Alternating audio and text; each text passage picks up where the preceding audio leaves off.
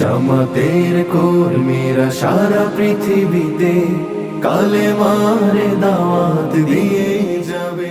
আমি দাওয়াত দিচ্ছি যে আসুন আগে আমাদের নফসের কাছে আমরা দাওয়াত দিই। আমরা যা জানি, যা বলি, সেই জানা এবং বলার প্রেক্ষিতে আমাদের আমলের মিল আছে কিনা। আমার সত্য কথা বলা, সত্যবাদী হয়ে দৃঢ়ভাবে প্রতিষ্ঠিত থাকা, সকল পরিস্থিতিতে আল্লাহর উপর তাওয়াক্কুল করা এবং ধৈর্য ধারণ করা, লেনদেনের স্বচ্ছতা, সততা বজায় রাখা, বহাল রাখা, কোনো ধরনের চাতুরীর আশ্রয় কারো সাথেই না নেওয়া, মানুষকে সম্মান করা, আল্লাহর হক এবং মানুষের হকের ব্যাপারে নিজেকে সচেতন করা, কোরআনকে জানা, আল্লাহর পরিচয়, আল্লাহর হক আমাদের উপর কি আছে, একইভাবে মাখলুক এবং বান্দার কি দায়িত্ব আছে এটা বুঝে নেওয়ার জন্য কোরআনকে গভীরভাবে জানা, পড়া, বোঝা, আল্লাহ রসুল সাল্লাহ ইসলামের সিরা বা হাদিসকে সেই একই কারণে অনুসরণ করা, বোঝা, মানা, জানা, এই ঘাটতিগুলো পূরণ করে আমরা সামনের দিকে আগাই। তারপরে এই সমাজের মানুষ হিসেবে মানুষ জীবনে সবসময় সুবিধাজনক অবস্থানে থাকে না। মানুষ বিভিন্ন সময় বিভিন্ন কষ্ট, দুঃখ, পরীক্ষায়, মুসিবতে পড়ে। সেই কষ্ট, দুঃখ, মুসিবতের সময় সবার আগে আমরাই সাড়া দিতে পারি কিনা, যেহেতু আমরাই একটা প্রত্যাশিত বিপ্লব চাচ্ছি আল্লাহর দ্বীনের ভিত্তিতে, ইসলামের ভিত্তিতে। আমরা যদি সবার আগে সাড়া দিতে পারি, আল্লাহর ফেরেশতাদের দোয়া আমরা পাবো, আল্লাহ তাআলার রহমত আমাদের উপর বর্ষণ হবে, আমাদের চলার পথ সহজ হবে, মানুষের কাছে আমাদের দাওয়াত আকর্ষণীয় হবে এবং লোভনীয়, আদরের হবে, ভালোবাসার হবে, মানুষের মনোজগতে আমাদের দাওয়াতের প্রভাব, ইতিবাচক প্রভাব পড়বে। কিন্তু আমরা যদি এই কাজগুলো, যেগুলার কথা বললাম, এগুলার ব্যাপারে যত্নশীল না হই, তাহলে আমি যত বড় পণ্ডিত ব্যক্তি হই, যত চুস্ত আমার বক্তব্য হোক, আলোচনা হোক, যত উন্নত মানের উপকরণ, বইপত্র নিয়ে আমরা মানুষের কাছে যাই, এই দাওয়াতের কোনো রুহানি প্রভাব মানুষের উপরে পড়বে না। যে আপনার সম্পর্কে জানে, আমার সম্পর্কে জানে, সেই প্রশ্ন তার মনে সৃষ্টি হয়ে যাবে। সেই ক্ষেত্রে দাওয়াতের ক্রিয়া না হয়ে প্রতিক্রিয়া হবে। প্রতিক্রিয়া হলে তো মানুষ দূরে সরে যাবে, আমাকে ঘৃণা করবে, এবং এই কারণে আল্লাহর দ্বীনের নিয়ামত থেকে সে মাহরুম হয়ে যাবে। আর মাহরুম হওয়ার কারণ যদি সে আমি ব্যক্তিটি হয়ে যায়, আমার কারণে, আমার দুর্বলতার কারণে, আমার গুনাহখাতা, আমার অদক্ষতার কারণে, আমার আমানতদারের খেয়ানতের কারণে, আমার অসততার কারণে, তাহলে আল্লাহর দরবারে আমি দায়িত্ব এড়াবো কিভাবে?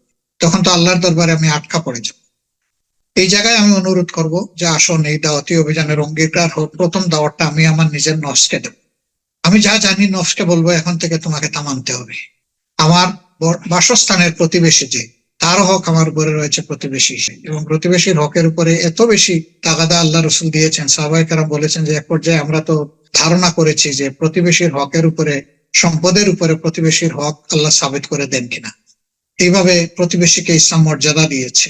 প্রতিবেশী ইহুদি হলেও তাকে উপেক্ষা করা যাবে না, তারও সুবিধা অসুবিধা, বিপদ আপদে তার পাশে থাকতে হবে, তার কষ্ট দূর করার জন্য আমার সঙ্গত সামর্থ্যের ভিতরে সর্বোচ্চ চেষ্টা করতে হবে। এটা আমার উপরে তার হক, আর তার প্রতি এটা আমার দায়িত্ব।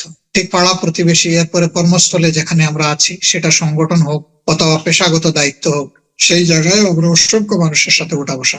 কোনো জায়গায় মানুষের সাথে বৎসুলভ আচরণ করা যাবে। আমি সামথিং হয়ে গেছি আর সবাই আমাকে খেদমত করবে, সবাই আমাকে উপহার দিবে, সবাই আমাকে সালাম করবে, সবাই আমাকে তমিজ করবে, আর আমি সবাইকে সাবঅর্ডিনেট মনে করব, এই মানসিকতা দুঃখজনক, এই মানসিকতা খুবই অনাকাঙ্ক্ষিত।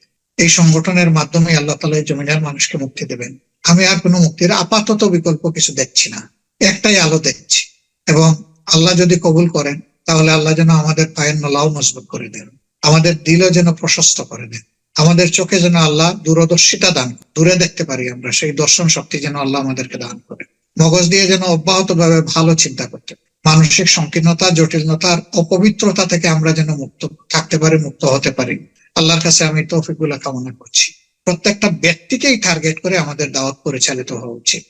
ঘর বাসা তো অবশ্যই, কর্মস্থল তো অবশ্যই, কোনো ব্যক্তি যাতে আমাদের দাওয়াতের আওতার বাইরে না থাকেন, সে যেভাবেই হোক। এটা আমাদের আমলি দাওয়াত হোক, আমাদের সার্ভিসের মাধ্যমে হোক, অথবা আমাদের প্রাতিষ্ঠানিক দাওয়াত হোক, এই দাওয়াতের মাধ্যমে সকলের কাছে আমাদের পৌঁছে দিতে হবে। আল্লাহর দরবারে আমি দোয়া করছি সকলের জন্য, আমরা যেন হালাল রুজির উপরে সন্তুষ্ট থাকি এবং আল্লাহর কাছে অব্যাহত ভাবে চাইতে থাকি।